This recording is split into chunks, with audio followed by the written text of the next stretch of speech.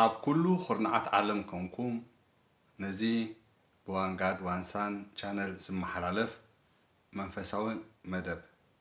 ንምክትታል እቲ ወርቅን ኣልማዝን ንዋግኡ ዘይትመን ምስከደውን ዘይምለስ ካብ ኩሉ ዝኸበረ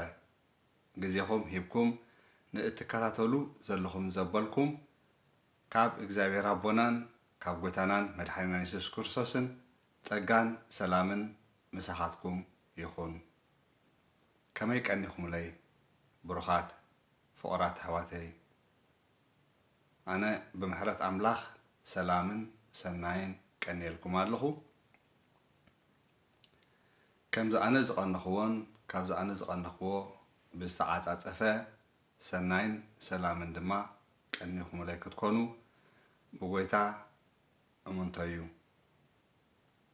ሞ ሎሞን መቐፀልታን መወዳእታን ናይቲ ሒዝናዮ ዘለና መደብ ሒዘ መፅአኩም ኣለኹ ቅድሚ ናብቲ መደብ ትመሕላፈይ ግና ስለቲ እትፅሕፉለይ ሃናፂ ርእይቶኹም እቲ ኣነ ዝብሎ ከምቲ ኣነ ዝብሎ ዘለኹ ገይሩ ከዓ ጌርኩም ከዓ ትርድእዎ ስለ ዘለኹምን ከምኡ ገይሩ ክርዳእኩም ድማ እግዚአብሔር ኣምላኽ እህበኩም ስለ ዘሎን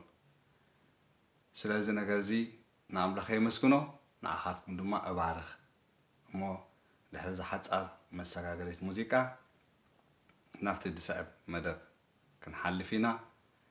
ብመንፈስኩም እናተዳለኹም ብትዕግስቲ ስለ ትፀንሑ ምሳይ ኣቐዲመ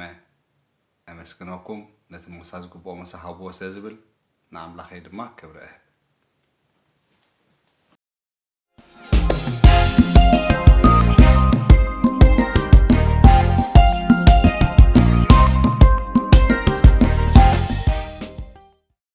ፍቑራት ኣሕዋተይ እንደገና ተመሊሰኩም ኣለኹ ስለ ትዕግስትኩም ጎይታ ይባርኽኩም ናፍቲ ብሓባር ክንካፈሎ ዘለና መደብ ቅድሚ ምሕላፍና እስከ ሕጂ እውን ሓንቲ መዝሙር ኣብ ውሽጢ እድ መፀት ክዝምረልኩም ንኸብሪ ኣምላኽ ክዝምረ ኣብዚኣ ዘለና ኩላትና እንከታተል ዘበልና ዘሎና ሓደ እኳ ጎይታ ዘይገበረሉ የለን እሞ እስከ ምሳይ ኮንኩም ተገይሩለይ እዩ እናበልኩም ኣምላኽ ዝገበረልኩም ኩሉ እናዘከርኩም ብሓባር ኮይና ምስ ኣቦና ዳዊት ከዓ ነፍሰይ ንእግዚአብሔር ባርኺ ተገብረልኩ ኩሉ ሰናይ ከዓ ኣይትረስዒ እናበልና ንነፍስና ናብ ተዘክሮ ንምለሳ ክሳብ ሕጂ ጎይታ ዝገበረልና ድማ እስከ ንሕሰብን ኣብ ምሕረቱ ከዓ ንምውካል ክጠቕመና እዩ ጎይታ ብርኽ ኣብልኩም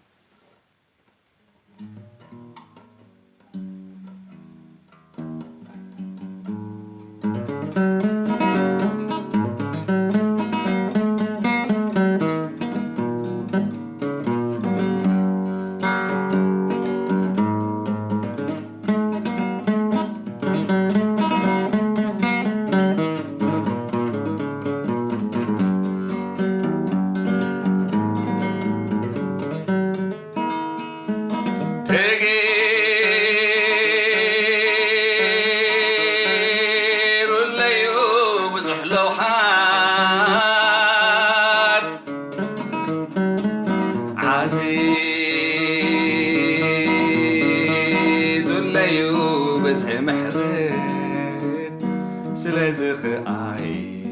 ረኺበ መሰረት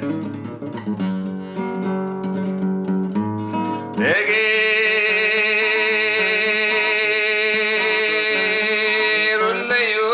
ብዙሕ ለውሓት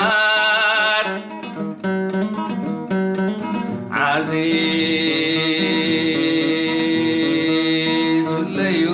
ብዝሒ ምሕረት ስለዚ ኽኣይ ረኺበ መሰረት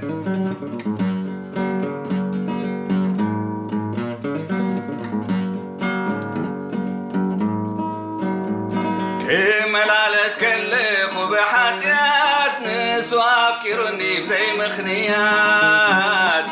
ባዝብሎ ገለ ኸይረኸበ ብገመድ ፍቕሪ ናብኡ ናሰሓበ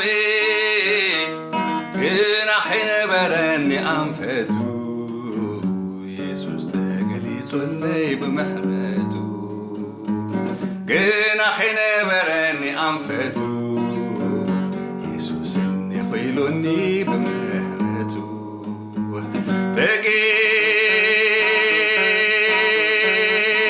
تغير الليو بزحلوحات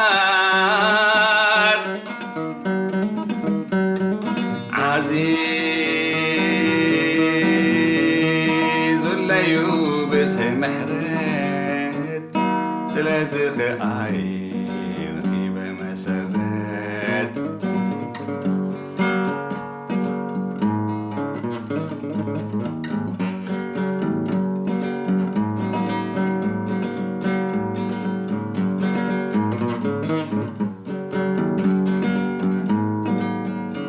كيف لا تكونت انتاوي مخري ملالس نيري بحاسس باوري كير خب قوات مسرت عبد ميتنك لعلع زبل فطرت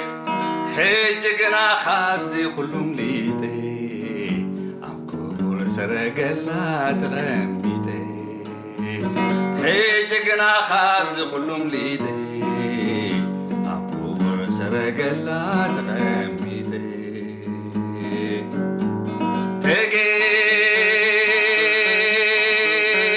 تغير الليو بزحلوحات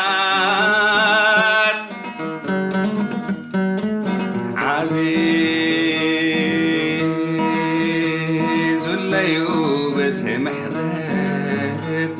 سلازخ عين خيبة مسرت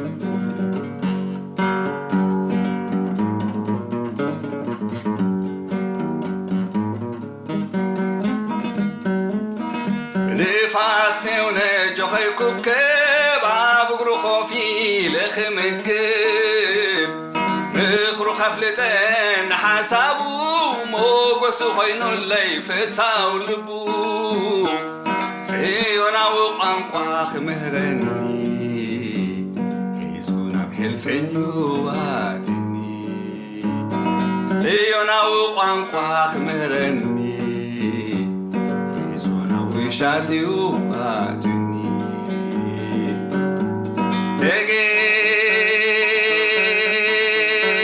تغير الليو بزحلوحات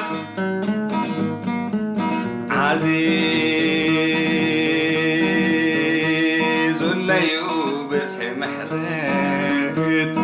سلازخ عين خيبة مسرت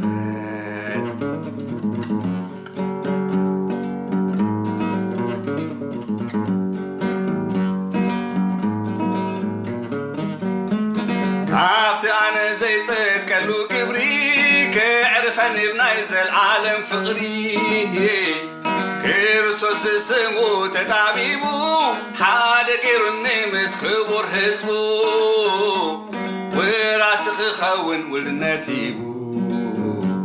عباي فتيمو تنتاوي مدبو وراسخ خون ولناتيبو مو زقر مدبو هاليلويا تغير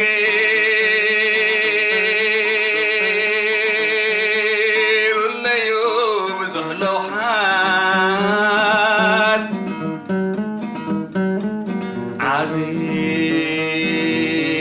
عزيز الليو بزه محرت سلازخ عين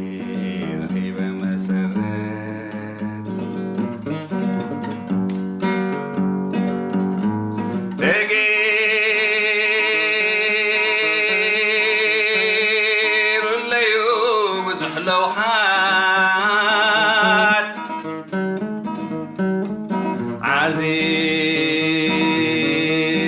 عزيز الليو بزه محرت سلازخ عين خيبة مسرت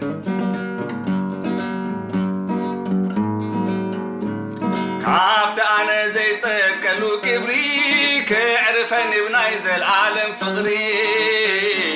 كيرسوس سمو ተጣቢቡ ሓደ ገይሩኒ ምስ ክቡር ህዝቡ ወራስ ክኸውን ውልድነት ሂቡ ኣባይ ፈጺሙ ጥንታዊ መደቡ ወራስ ክኸውን ውልድነት ሂቡ ኣባይ ፈጺሙ ዘግርም መደቡ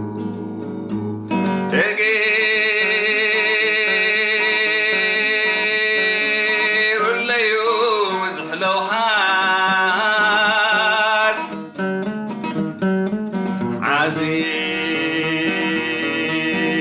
ዓዚዙለዩ ብዝሒ ምሕረት ስለዚ ኽኣይ ረኺበ መሰረት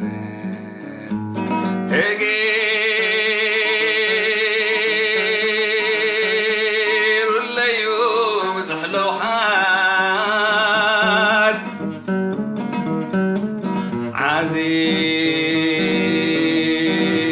ዓዚዙለዩ ብዝሒ ምሕረት ስለዚ ኽኣይ ረኺበ መሰረት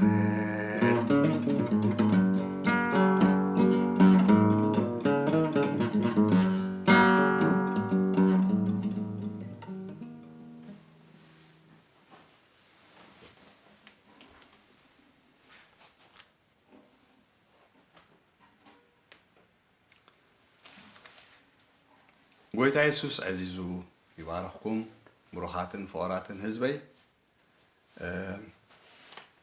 ሎሚ ኣብቲ ሒዝናዮ ዘለና ወይ ሒዝናዮ ዝቐነና ናቱ መቐፀልታ ሒዘልኩም መፅእ ዘለኹ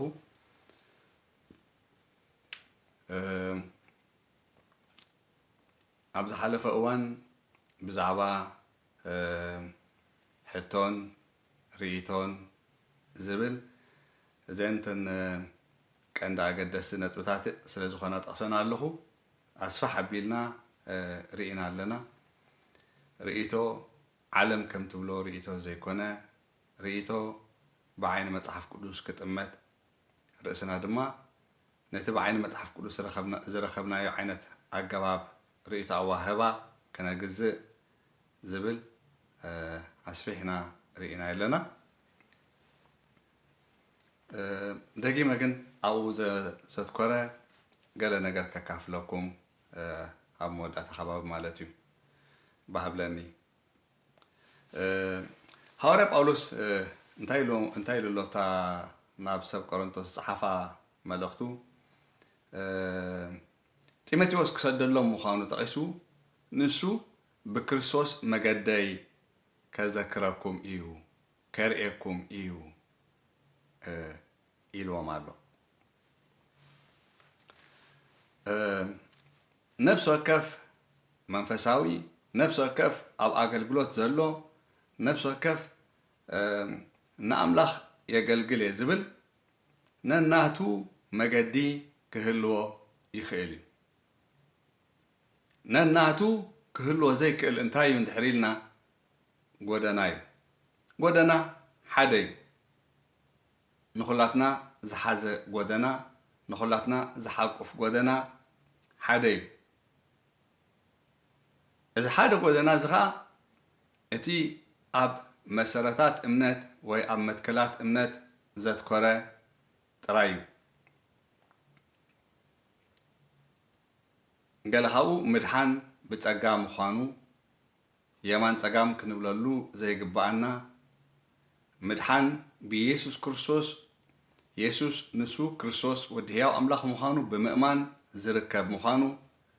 ካብ ዝወፃእ ግና ከም ዘይርከብ እዚ የማን ፀጋም ክንብለሉ ዘይግባአና መትከል እዩ ኣብ ካልእ ዓይነት ርድኢታት ምናልባት ክፈላለ ክእል እዩ ክፈላለ ስለ ዝግብኦ ግን እንደይኮነ ኩላትና ናብ ሓደ ምርዳእ እንበፅሓሉ ግዜ ክሳዕ ዝበፅሕ ጥራይ ዝነብር እዩ እንተዘይኮይኑ ተፈላለዩ ዝኸይድ ክሳዕ መወዳእታ ክህሉ ይኽእል እዩ ዝብል እምነት የብለይን ዋላ እውን ኣብ መፅሓፍ ቅዱስን ከምኡ ኣይተመሃርኩን መገዲ ኣብ ዝብል ነገር ክንመፅእ ከለና ግን ከምኡ ይኮነን ሕጂ ሐዋርያ ጳውሎስ እንታይ ይብላ ኣሎ ሓደ ካብቶም ሐዋርያት እዩ መገደይ ይብላ ኣሎ እምበር መገድና ኣይብልን እዩ ምክንያቱ ናይ ጴጥሮስ ኣገባብ ኣማሃራ ክህሉ ክእል ቅዲ ኣማሃራ ክህሉ ክእል ዓይነት ኣናብራ ክህሉ ክእል ዓይነት እምነት ክህሉ ክእል ዓይነት እምነት ክብል ከሎ ሕጂ ኣብቲ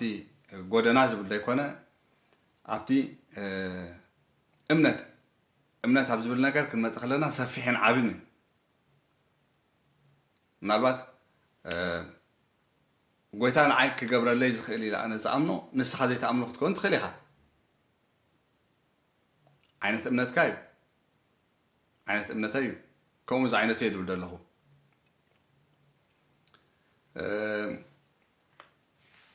ንኣብነት ኣነ እንተ ደኣ ፀሊኻ ሓዊ ክእል እየ ዝኣምን ኮይነ እቲ ሓደ ከዓ ኣነ ብሕክምና ክኸይድ ኣለና ናይ ጥዕና ሞያውያን ክኸይድ ኣለኒ ብኦም ክሕከም ኣለኒ እንተ ደኣ ድብል ኮይኑ ጎይታ ብኦም ገይሩ ክሰርሓለይ ኢሉ ስለ ዝኣምን ጥራይ እዩ ከምኡ ዝብል ዘሎ እሱ ኣነ ከዓ ጎይታ ክፍውሰኒ ኣምን ስለ ዘለኹ እዩ እዚ ሕጂ ክፈላለየና ይግብኦን እዩ ግን ኣነ እታ ዘላትን እምነት ንዓይ ተሃልወና ኣብ ከምዚ ነጥቢ ማለት እዩ ኣታ እምነት ዘላትካ ንርእስኻ ተሃልኻ ዝበሎ ኣብ ከምዚ እዩ ሃዋርያ ጳውሎስ ወይ እውን ኣነ ኣሚነ ክበልዖ ዝኽእል እቲ ሓደ ኣይፋሉን ከምኡ ክኾን ኣይግብኦን እዩ ክብል ዝኽእል ይኸውን እዩ እዚ እውን ክፈላለየና ይግብኦን እዩ ግን ዓይነት እምነት እዩ ዝውን ኣብ ብዘመን ሃዋርያት ተሪእና ኣብ ሮማ ኣብ ዝነበረት ማሕበር ገሊኦም ሓምሊ ብምብላዕ ጥራይ ዝኣምኑ ክኾኑ ከለዉ ሓምሊ እንተበልዓና ኢና ንጎይታ ነኽብሮ ኣሕምልቲ ተበልዓና ኢና ንጎይታ ነኽብሮ ዝብሉ ክኾኑ ከለዉ ገሊኦም ከዓ ኩሉ ክንበልዕ ተፈቒዱልና ኢሎም ዝኣምኑ ነይሮም እዚ ሕጂ ዓይነት እምነት እዩ ኣብቲ ምድሓን መፂኦም ግን ክልቲኦም እዚኦም ኩሎም እዞም ኣብ ላዕሊ ጠቂሶም ዘለኹ ምድሓኖም ብፀጋ ምዃኑ ኢየሱስ ንሱ ክርስቶስ ወዲ ኣምላኽ ምዃኑ ብምእማኖም ከም ዝድሓኑ እዮም ንፈልጡ ከሎም እዚ እየ ዝብል ኣለኹ ሕጂ ስለዚ እዚ ሃዋርያ ጳውሎስ መገደይ ዝብሎ ዘሎ ከዓ እቲ ናቱ ዓይነት ቅዲ ኣመሃራ እቲ ናቱ ዓይነት ቅዲ ኣናብራ እቲ ናቱ ዓይነት ፍቓድ እቲ ናቱ ዓይነት ስርዓት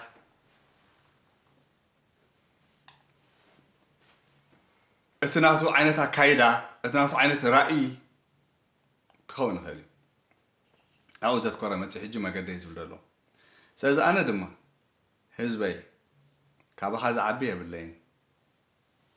ግርማይ ንስኻ ኢኻ ከምቲ መጀመርያ ዝበልክዎ ኣነ ካብ ህዝበይ ዝፅበዮ ዓይነት እንተሎ ኮይኑ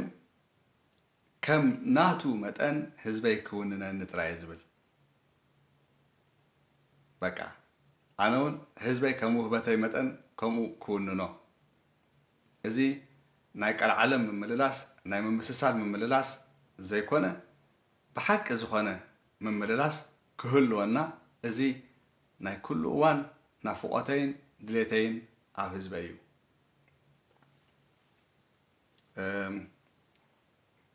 ብኣካል ኣብ ዝረኸብክዎ ዘበለ ብመጠኑ እዚ ከም ዝበለ ነገር ተንፀባሪቆለይ ኣሎ ሪኦ ኣለኹ ልዕሊ ኩሉ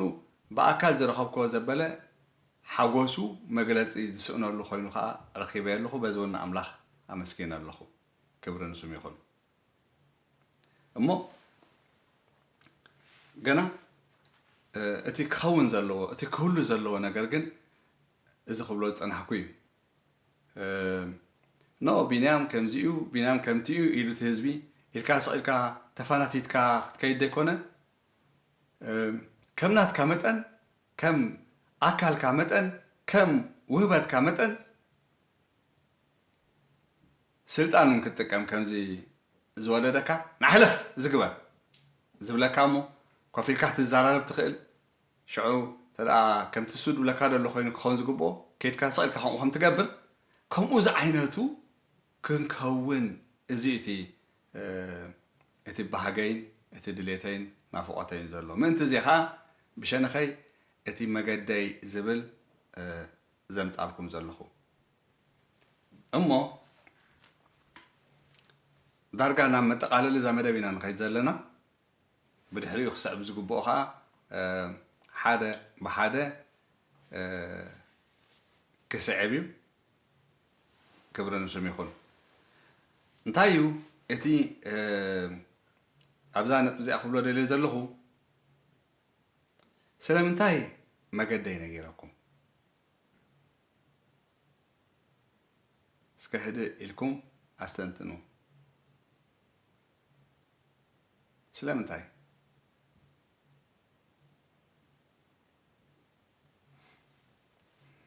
سلامتاي حواري باولوس مجدو زخاخر تيموثيوس نحوات لي كلهم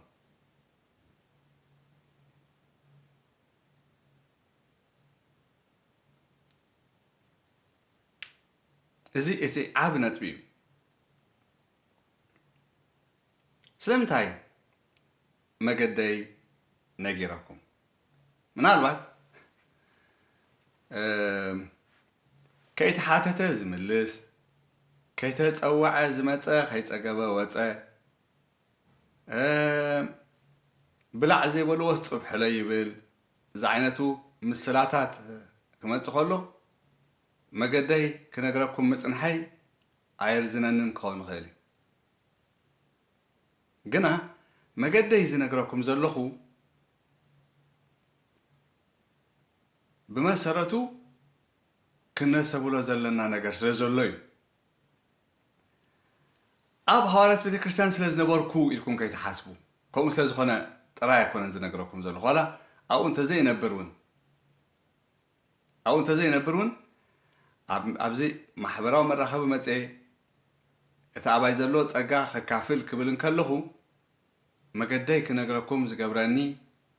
ኣሎ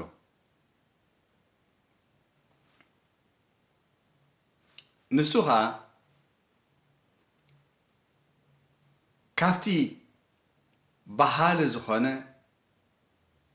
مننت وآدماو بحري سلا زخانا أما كم تزبلو زلخو غيركم كتردوني سلا زدالي سب كاباي جميرو بعلاوي تنتانه علو نبعلاوي تنتانو خا او املاختاو زغزاي بعلاوي املاختا خبلن كلهو وي بعلاو تنتان خبل كلهو ناتكا املاختا نغزا رسخ املاختا مالتايو እዚ ማለት ከምዚ ዝብል ዘሎ እኳ ከምዚ ማለቱ ስለ ዝኾነ እዩ ከምዚ ይብል ስለ ዘሎ እዩ ከምዚ ከዓ ክገብር ደልዩ ዘሎ ሕጂ ናብ ከምዚ ዓይነት ኣንፈት ክኸይድ እዩ እዚ ዓይነቱ أباها إزبل دلو كمتي اتحاسبو وي كمتي اتتنتنو حوها كون كيكون خيلي حسبو سازي كون الكاب متنتان كا سلم تاي تبالاشو إذا زبل ملختا سلا زلني أنا حجي تخي لاز نقرأكم زلخو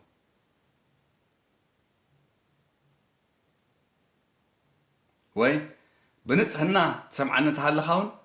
كومو زعينتو بعلاو تنتانه زلوم كغطمو خاص لزخلو كاب كله خفت زبحال حاره توصم انتي كم تزبحال زلو خمسه كونهختستبل انتي انت قددس نتي مقدينا كايداين الى اقميت ازلخو نو حسكان تخاتاتيل كان بينام كم زل الكادين وركان تايلات بلا الله حجي مبال كطعم انتي الى غنا مجدي أكافلكم الله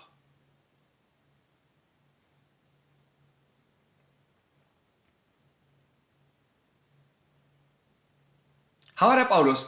مجدو زازاخر تيموثيوس كسدلو من كله بزعبو حميتي يحاميش لزنوريم حميت نيريو حجي حدش لمص يكونن حميت بحال كما جمرا نيري نتلعل كيترفه كم زحاميو أما مزمور داوود تصحيفوا لنا الحواتي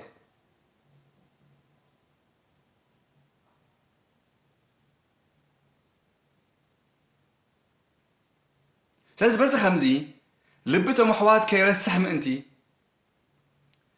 وموت بحوارب أولوس كمت أمزلوا منفسه وملأختي كي كسروا مأنتي كم زمالوتي إيدي نعم بال كي كيروا مأنتمو اتزم حلال في ملأختي كي تقومون كي تعرفت رأي زي كونه نفردون كي كون مأنتي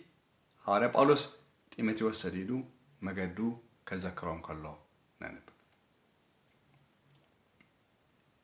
حجون تزنا برأي مليسو زنبر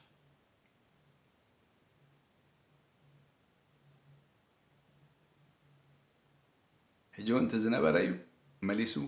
زنبر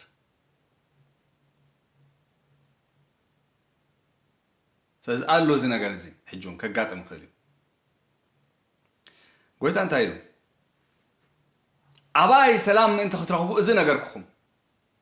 كم زي كسبكم يوم أنت هاي كم زي كبركم يوم إذن زين كبركم يوم مسبلة أباي سلام أنت خطرقوا إذن نجاركم يوم كي تعنقفهم أنتي أنا نجاركم على خيلوا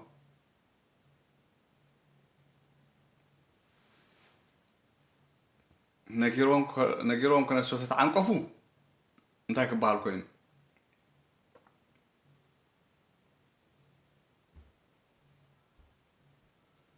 كينقفهم أنت جن كنجرام نجيرهم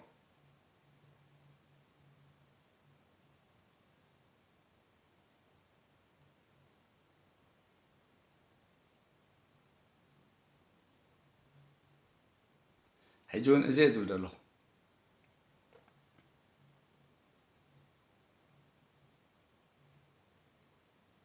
حجون زولا زلو خزي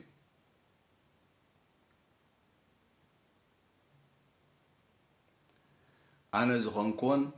زي كونكون تجانينو كنديك زي نافذ بي زي بتها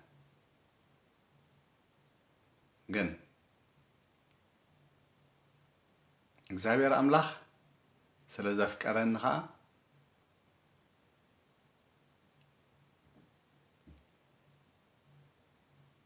ንዓይ ብዝምልከት ፍቕርን ህዝበይ ስለዝመልአ ህዝበይ ድሕሪ ዓመታት ክመፅእ ከለኹ እውን ልቡ ከይረስሐ ፀኒሕኒ ሓለዋ ኣምላኽ ኣድኒቐ ይፀገብክዎን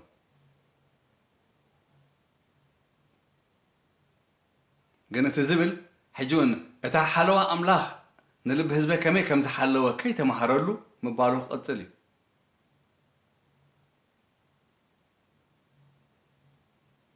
በቲ ዝብል ኣነ ክጓሰ እየ ኩሉ ንጉስነተይ ስለ ዝኾነ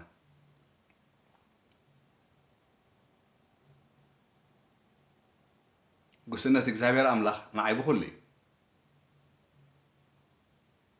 انت هزبي جنا جا كيتبل نخال إتون كيتوالاول مأنتي مجدي عجبي تكالخو قمي اتمن فساو كيدناتي انتي كم زمثل اتعلاماناتي انتي كم زمثل اكافي لكالخو